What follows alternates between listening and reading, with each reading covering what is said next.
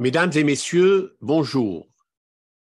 Téléhandicap vous souhaite la bienvenue à cette émission spéciale qui nous réunit aujourd'hui pour partager ensemble les réflexions d'un invité spécial sur un sujet de première importance qui nous interpelle comme citoyens. Il me fait grand plaisir d'accueillir aujourd'hui M.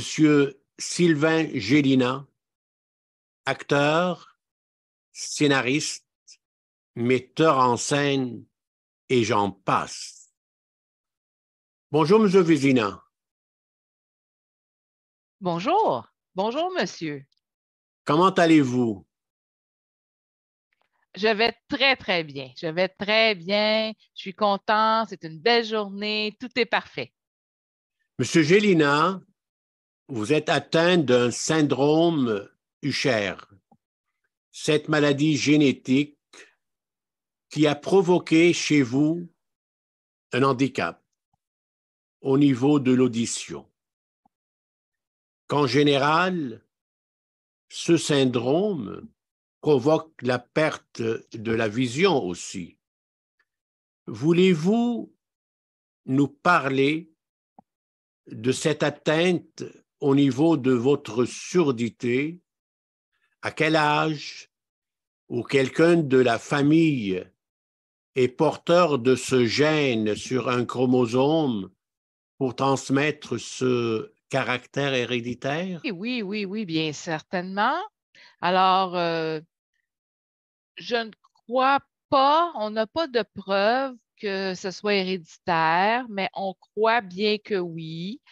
Dans toute ma famille, il n'y a que moi et mon frère. Si on remonte dans les générations passées, grands-parents, arrière-grands-parents, il n'y avait personne qui est atteint. Mon père avait un problème de vision, mais il y a pas, ça n'a pas dégénéré. Il est arrivé vers 80 à peu près, qu'il a commencé à avoir aussi ce problème de vision, vers l'âge de 80 ans, mon père. Mais ce n'est pas génétique. On ne croit pas que ce soit génétique. Donc, comment c'est apparu pour ma part? Comment je me suis rendu compte que j'étais atteinte du syndrome de Usher? C'est que quand j'étais petit, mon frère, qui est plus vieux, mon frère, on a 20 ans de différence, moi et mon frère. Je suis un petit bébé surprise de fin, qui suis arrivée par surprise 20 ans après. Alors, quand je regardais mon frère, il était déjà atteint de ce syndrome-là. Je le regardais dans sa vie et tout ça. Et moi, je n'avais pas encore le syndrome d'Usher. On ne me l'avait pas diagnostiqué à cette époque-là. Quand j'ai grandi, j'avais un bon ami et on était tous ensemble. Et un autre aussi ami à moi avait aussi le syndrome d'Usher. Donc, j'avais deux amis qui avaient le syndrome d'Usher. À l'âge de 14 ans ou un peu avant, j'aimais beaucoup jouer au hockey. C'était ma passion. Je jouais beaucoup au hockey, je jouais au basketball. Le sport était une passion pour moi. J'aimais beaucoup les jeux d'équipe. Je vivais à Gatineau et j'allais à l'école à Montréal. Parce que, bon, toute la semaine, j'étais dans une famille d'accueil pour ma scolarisation à Montréal et la fin de semaine, je retournais à Gatineau dans ma famille naturelle chez mes parents. Donc, à l'école à Montréal et chez ma famille d'accueil, c'était des personnes sourdes. Alors, le monsieur, la dame et l'homme qui s'occupaient de nous étaient des personnes sourdes. On était tous des étudiants sourds et en plus, j'avais ces deux amis-là dont je vous ai parlé tantôt qui sont atteints du syndrome d'Usher, demeuraient aussi à Gatineau. Donc, ils étaient scolarisés aussi à Montréal et ils étaient dans la même famille d'accueil que moi. Donc, on était tous ensemble. Alors, l'homme et la femme savaient que mes deux amis souffraient du syndrome d'Usher, mais moi, il n'y en était pas question à ce moment-là. À l'âge de 14 ans, quand je suis allée jouer au hockey et je jouais mes parties et je cherchais la rondelle, je ne la voyais plus. J'avais du mal à repérer la rondelle. Alors, les joueurs de mon équipe ils disaient, coudonc, t'es aveugle, tu vois plus rien, tu peux plus attraper la rondelle. Et là, je me suis mis à me questionner. Et aussi mes amis qui essayaient d'attirer mon attention pour que je les regarde, je les voyais pas quand ils étaient de chaque côté de moi. Alors là, je me suis interrogée. Alors, un soir, la dame de la famille d'accueil, j'étais tranquille, j'écoutais la télévision et la dame s'est approchée de moi et a essayé d'attirer mon attention. Puis elle m'a dit, écoute, viens avec moi, j'ai quelque chose je voulais te parler. Et je ne l'ai pas vue. J'ai été devant moi, je ne la voyais pas. Et la personne assise sur le sofa a dit, hey, la dame te parle, regarde-la. Et je me suis retournée et elle est apparue dans mon champ de vision. Et la dame était fâchée, elle croyait que j'avais fait exprès, que je ne voulais pas. Et là, vraiment, tout est devenu confus. Et là, je me suis dit, bon, il y a quelque chose qui ne va pas. Et ce moment-là, ça a été vraiment un moment déclencheur. Et l'homme dans la famille d'accueil m'a dit, on va aller consulter. Et j'ai eu un examen chez un ophtalmologiste qui a confirmé le diagnostic. Et voilà. Et même la dame d'accueil s'est excusée en disant, je suis désolée, je croyais que tu faisais exprès pour ne pas répondre à mes appels, mais tu ne me voyais pas. Voilà. Vous détenez une attestation en communication, profil cinéma, du Collège Rosemont, en étant une personne vivant avec une surdité. Comment s'était passé cet apprentissage pour atteindre votre objectif dans un monde qui est assez sophistiqué au niveau du langage?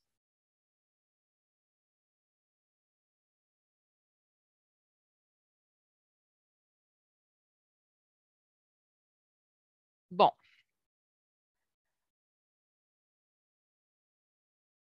Quand j'ai toujours eu envie d'étudier le cinéma. Depuis que je suis tout jeune, c'était un grand désir pour moi. J'étais déjà allée au cégep, j'avais fait des petits films pour le plaisir, j'avais écrit des petits scénarios avec mes collègues et j'avais travaillé un peu sur la régie et j'avais aussi été comédien dans certaines productions. Et c'est ce qui m'a donné le goût d'aller au cégep dans ce cours-là de cinéma. Et effectivement, ça a été, je croyais que ce serait tellement difficile, pas du tout. Comme j'étais passionnée, j'en mangeais, j'apprenais, je me nourrissais vraiment facilement de tout ce qui m'était enseigné. La terminologie de tous les appareils, la terminologie du cinéma. Comme j'avais eu une certaine petite expérience, mais sans connaître évidemment comment ça s'appelait vraiment, puis qu'est-ce qu'était la terminologie, j'ai pu faire des liens en disant, ah oui, ça, je me rappelle, on a déjà fait ça, mais ça s'appelle comme ça. J'ai été évidemment intégrée avec des étudiants qui entendaient. J'étais la seule personne sourde et j'avais un interprète. Quand je suis allée à l'école primaire, à l'école secondaire, j'étais dans une école avec des autres étudiants sourds où tous les étudiants étaient sourds, on n'avait pas besoin d'interprète. En arrivant au cégep, je me suis retrouvée avec des étudiants entendants, la seule personne de sourd avec un interprète. Mais somme toute, ça a été assez facile parce que c'est ma passion et j'ai tellement eu une belle expérience et je me suis liée d'amitié avec ces jeunes-là qui étudiaient le cinéma avec moi et c'est quelque chose que j'oublierai jamais.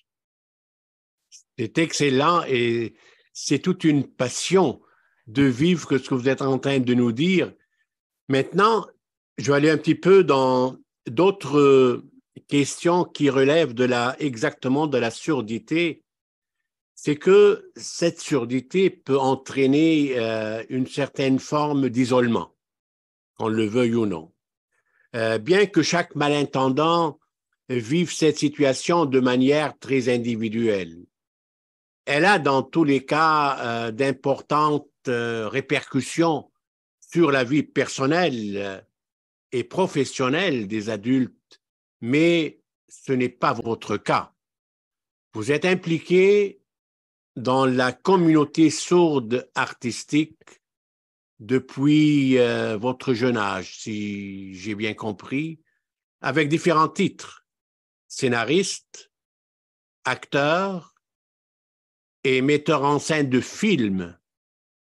Êtes-vous toujours accompagné d'un guide pour faciliter vos communications dans votre entourage et dans la réalisation de vos projets? Ben, pour répondre à votre question, je suis quand même quelqu'un de très, très débrouillard. J'allais rencontrer des gens seuls et parfois la personne qui entendante, je prenais quelqu'un, par exemple, un étudiant qui apprenait la langue des signes, qui était en stage, qui voulait pratiquer d'apprendre la langue des signes. Je lui demandais, écoute, on va aller là, on va faire un tournage ici et là, viens avec moi. Ou il pouvait faire des appels téléphoniques pour moi, par exemple, si je voulais réserver des endroits pour faire des tournages. Si j'avais besoin de tourner sur la rue, par exemple, il pouvait appeler à la ville de Montréal pour demander, bon, ça prend un permis, comment on va faire pour fermer la rue, pour avoir l'autorisation de tourner sur la rue, appeler les corps policiers, les informer qu'on serait là. Et la première fois que j'ai fait mon tournage sur la rue, c'était comme ça que j'ai appris. Et j'étais accompagnée d'un entendant qui apprenait la langue des signes et qui m'aidait. Ça, c'était à mes débuts. Après, je suis devenue autonome et en 2010, là, ça a vraiment, vraiment grossi mes choses.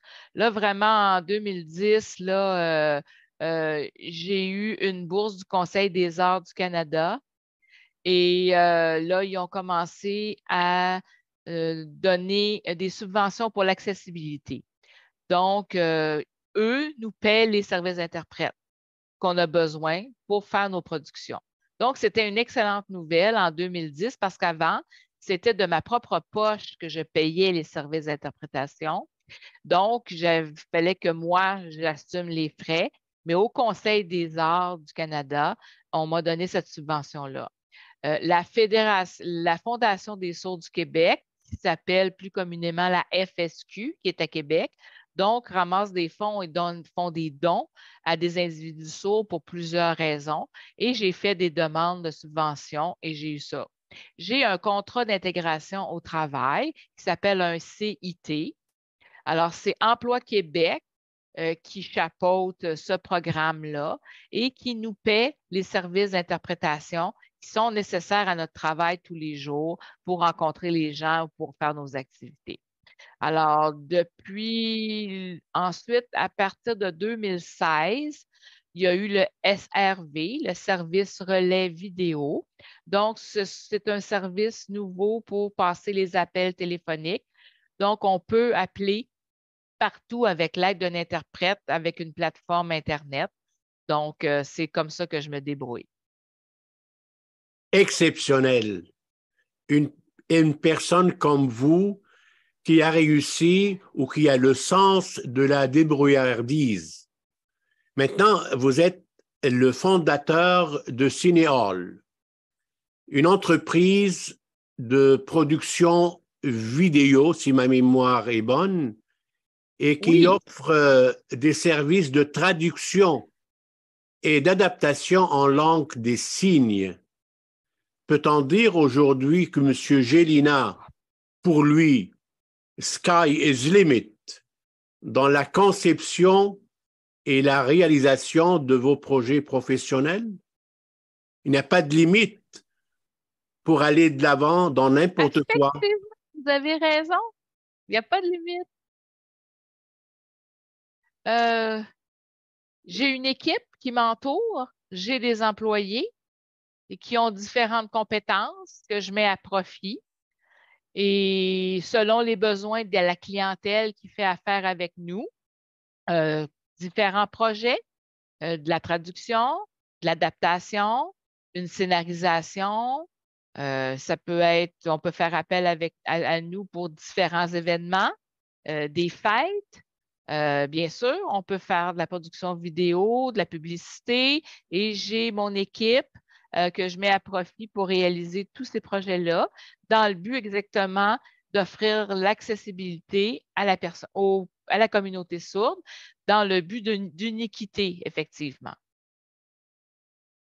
Et ce qui donne, avec toute cette implication et toute cette pratique, entouré des professionnels, que ce soit valides ou handicapés, vous avez réalisé 14 courts moyens et longs métrages en cinéma sourd. Quelle est la différence entre le cinéma sourd et le cinéma traditionnel? Et parlez-nous un petit peu, s'il vous plaît, de ces courts, moyens et longs métrages dont vous êtes le créateur. Les contenus sont vraiment variés. Quoi vous dire d'autre? Je m'adresse à des personnes âgées, j'ai des comédiens qui sont de minorités visibles, de LGBTQ+. Vraiment, je fais des cours moyens. Tantôt, vous avez dit 14 et présentement, je suis rendue à 22. Alors, de 14 maintenant, on est à 22. Et bon, il y a 4 productions vidéo pour lesquelles j'ai fait une demande de subvention pour faire 4 courts-métrages dont j'attends la réponse de la subvention. En général, au Québec, d'après les statistiques, environ 10% de la population québécoise s'identifie comme sourde ou malentendante. 25% approximativement vit avec une déficience auditive quelconque et le chiffre grimpe à 65% pour les personnes de troisième âge. En conclusion, vous avez certainement un message d'encouragement à transmettre aux 3 catégories aujourd'hui pour les sensibiliser de se dépasser, se réaliser comme vous avez fait vous-même. Il ne faut pas jamais abandonner. Il ne faut jamais laisser baisser les bras. Il faut croire en soi. Chaque personne a des forces. Il faut écouter notre cœur. Et quand on s'écoute, c'est sûr qu'on va réussir ce qu'on entreprend. À côté ou à part votre implication cinématographique ou même théâtrale ou même metteur en scène, vous avez d'autres projets en tête parce que vous êtes un chef d'entreprise. Quels sont vos projets à côté de votre surdité qui vous identifie et que vous pratiquez jour après jour dans votre vie courante? Les voyages. Je suis un grand voyageur. J'aime rencontrer les gens. J'aime rencontrer les gens d'autres pays, découvrir d'autres cultures, voir ce qui nous différencie, ce qui nous rapproche. Je suis très curieux de nature et j'aime beaucoup les voyages, effectivement. Aussi, en deuxième chose, je suis un sportif. Avant, je faisais du hockey. Maintenant, je fais du CrossFit. Alors, c'est de l'entraînement physique. C'est fait de façon individuelle. Donc, ça me correspond puisque je ne peux plus faire de sport d'équipe, mais individuellement, je me développe comme ça. C'est extraordinaire quand on voit qu'une personne comme vous, qui voit la réalité avec ses yeux, les autres handicaps deviennent secondaires parce que c'est vos dieux qui vont décider votre pratique de vie, votre engagement et votre dépassement parce que vous raisonnez d'une façon saine. C'est la raison pour laquelle vous êtes devenu ce que vous êtes aujourd'hui. Oui, oui, oui, oui, oui, oui. Je pense que ce qui est important, c'est si une personne a une idée, un rêve, un désir, et cette personne-là m'en fait part, je vais l'encourager. Si les gens à qui par exemple, je n'aurais pas cru en moi ou ne croient pas en moi, ça m'aurait fait des barrières. Quand j'ai cherché une école, quand j'étais au secondaire, je voulais partir ma compagnie de production vidéo et j'ai demandé à un de mes professeurs, je veux faire ça, est-ce que tu peux m'aider? Et il m'a dit bien certainement. J'étais certaine qu'elle allait me dire non. Et j'étais complètement subjuguée de me faire dire ah oui, tu vas m'aider. OK, parfait. Je n'ai pas eu besoin d'expliquer, de le convaincre. Tout de suite, il m'a dit oui. Et dès qu'on voit ça, ce mot-là, le mot oui, ça veut dire oui, tu es capable, vas-y, tu veux toucher à ton rêve, ben moi, je vais être là derrière toi. Et il m'a dit oui. Et j'ai tout de suite pu penser à, bon, mon problème visuel, mon syndrome, parce que je suis sourd. Tout ça, ça a été mis de côté et je me suis emballée dans différents projets et je me disais, bon, ce projet-là, je frappe à cette porte-là, ça ne marche pas. OK, je vais aller frapper à une autre porte. Des fois, j'avais des non, j'avais des oui. Et puis, c'est comme ça, la vie. Hein? J'ai pas eu des. C'est sûr que si j'avais eu des refus de partout, j'aurais probablement été un peu frustrée, mais je me suis jamais laissée arrêter par ma surdité, mon syndrome de Usher. J'ai mis ça de côté, puis je suis allée de l'avant. Pour terminer, M. Gélina, j'aurais une petite question assez importante et profonde à la fois. On sait, les enfants qui naissent avec une paralysie cérébrale au Québec représentent autour de 160 à 165 enfants par année. Avez-vous une idée sur les enfants qui naissent avec une surdité au Québec?